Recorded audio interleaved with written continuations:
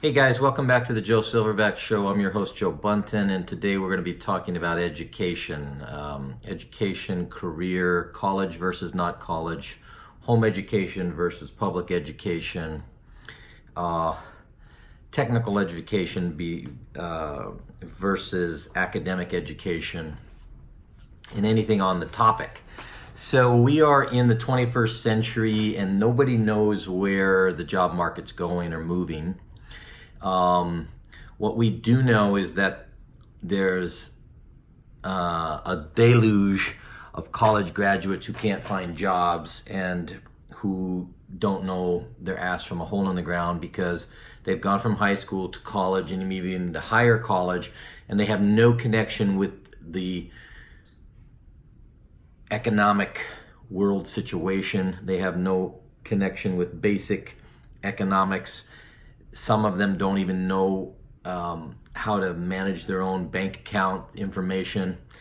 We've got a serious problem with an abundance of quote unquote general academically educated people with no connection to the job market. Secondly, we have an antiquated system that works for some in a tremendous degree, with higher degrees, with specialized degrees that require that right at this point we know only you can get through academic institutions, although that's changing too. But let's just talk about some of the more basic practical ones: a law degree, a medical degree, an engineering degree. Well, a lot of people don't know this, but you can actually intern in a law firm and work your way up and then take law exams and become a lawyer without going and getting a degree at a university. Engineering, I would like to say that, so I'm in San Diego and we have something called High Tech High. This is, probably something similar in a lot of other cities across the United States, where there's these like hybrids, high schools that are partnering students in high school with projects that are related to mentorships from businesses. One of the most practical things that education has done in a long time. Now,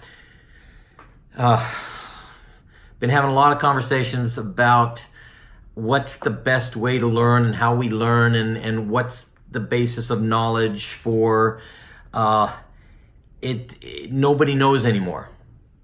It used to be, going back 35 years when I was in university, if you got even a bachelor's of arts degree like I did in the humanities, you were considered a disciplined, educated person, and in corporate America wanted you. Fast forward 35 years and the quality of education has gone down. The caliber of the individuals for the workforce has gone down. The work ethic has gone down. A level of boredom has increased. A level of high expectation has increased. A level of young individuals who expect things without working hard has increased. So with all of that said, if you want to weigh your child's potential success, or if you want to weigh your success into the world of competitive jobs, you need to look at several items. Number one, academics is in a revolutionary state of existence, and the job market is in a total internal revolutionary conflicted state of existence, meaning that what was once something we could count on and rely upon is no longer going to be there. So there's instability everywhere and there's uncertainty everywhere. But there are a few basic principles that parents, educators and professionals and CEOs can all agree on. Number one, the ability to think is highly prized. Number two, the ability to show up, be disciplined, and expect to work hard and not be expected to be guaranteed anything except for what your work can produce is highly rewarded.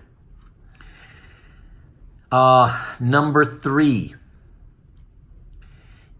is it better to go from high school into the workforce, especially if you're disciplined, especially if you're driven, and work your way up in a company or work your way up toward some kind of entrepreneurial business opportunity versus going typically 4 years to 5 years in getting a general degree that doesn't seem to be worth the cost of education, doesn't seem to be worth much in terms of what our priorities are, which are getting jobs and getting good jobs and getting a decent wage.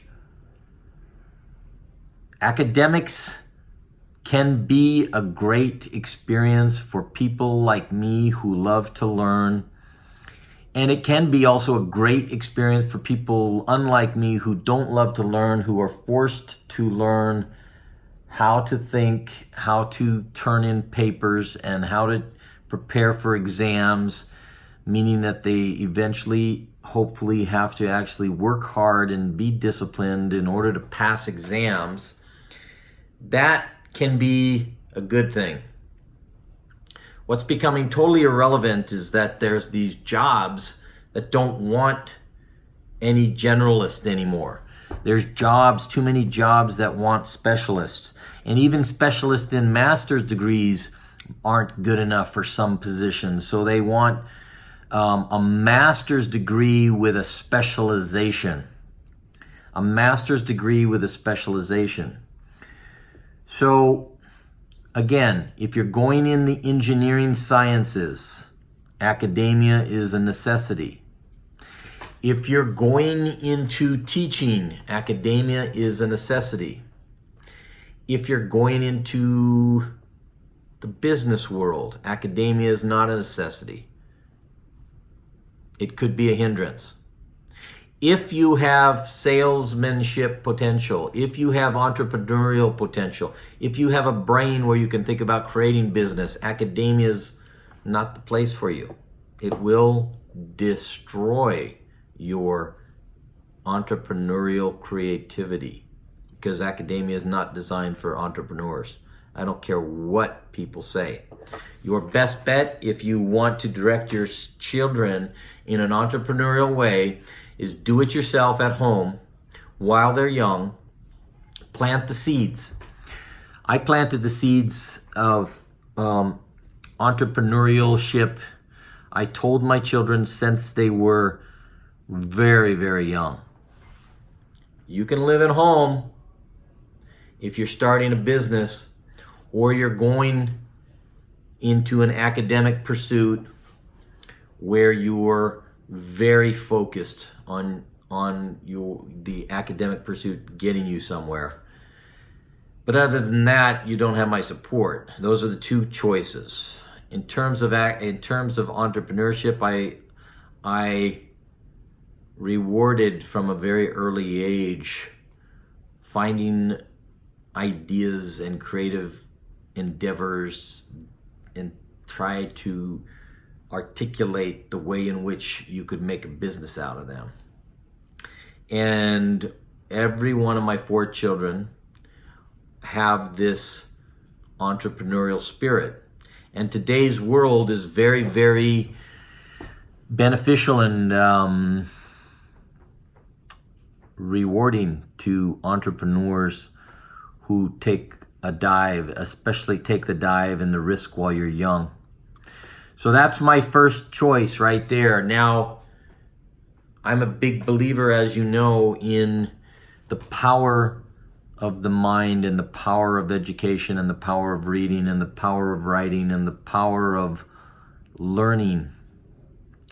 So I'm not a believer in not going to university and not continuing to educate the mind.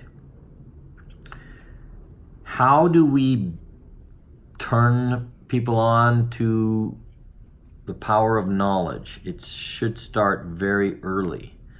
And we should look at and teach our children, give them day in and day out examples of people who have achieved success in any level in their lives because of their additional pursuit of knowledge and studies. Let me give you some examples. Example 1, no names. 60-year-old woman,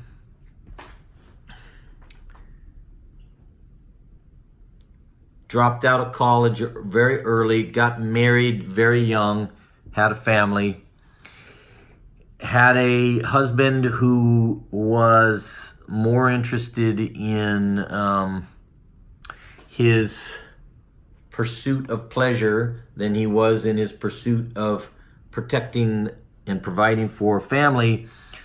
So the stay-at-home mom started working part-time and ultimately started working full-time to save money and put aside for the children's education, for the children's future.